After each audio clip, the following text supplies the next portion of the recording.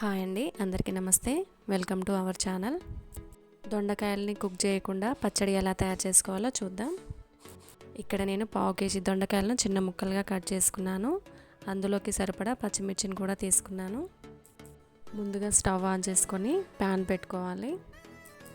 పచ్చిమిర్చి కారం తక్కువగా ఉన్నాయి కాబట్టి కొన్ని ఎక్కువే తీసుకున్నాను. ఆయిల్ వేయకుండా ముందుగా పచ్చిమిర్చి వేసుకొని వాటర్ పోయేంత వరకు వేయించుకోవాలి. వాటర్ పోయాక కొంచెం ఆయిల్ వేసుకొని పచ్చిమిర్చి మొత్తాన్ని బాగా మగ్గేంత వరకు వేయించుకోవాలి. పచ్చిమిర్చి కొద్దిగా వేగిన తర్వాత 1 టేబుల్ స్పూన్ జీలకర్ర వేసుకొని వేయించుకోవాలి. ఇందులోనే 2 రెమ్మల కరివేపాకు కూడా వేసుకోవాలి. చిన్న నిమ్మకాయ సైజ్ అంతా చింతపండు కూడా వేసుకోవాలి. మొత్తాన్ని కలుపుకొని నేను చూపించిన విధంగా పచ్చిమిర్చి ఇలా అయ్యేటట్టు వేయించుకోవాలి.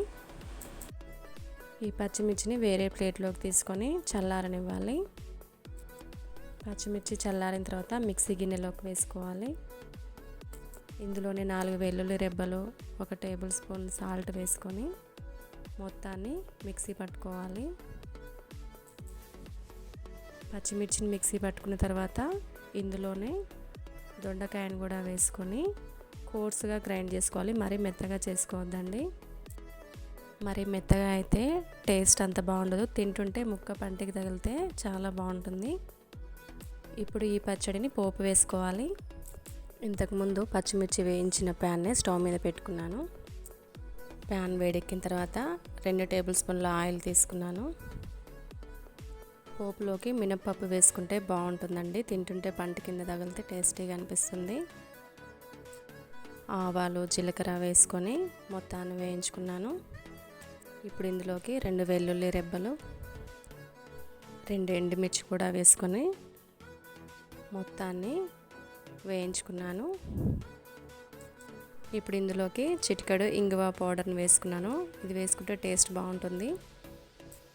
1/2 టేబుల్ స్పూన్ పసుపు, కరివేపాకు వేసుకొని మొత్తాన్ని వేయించుకోవాలి.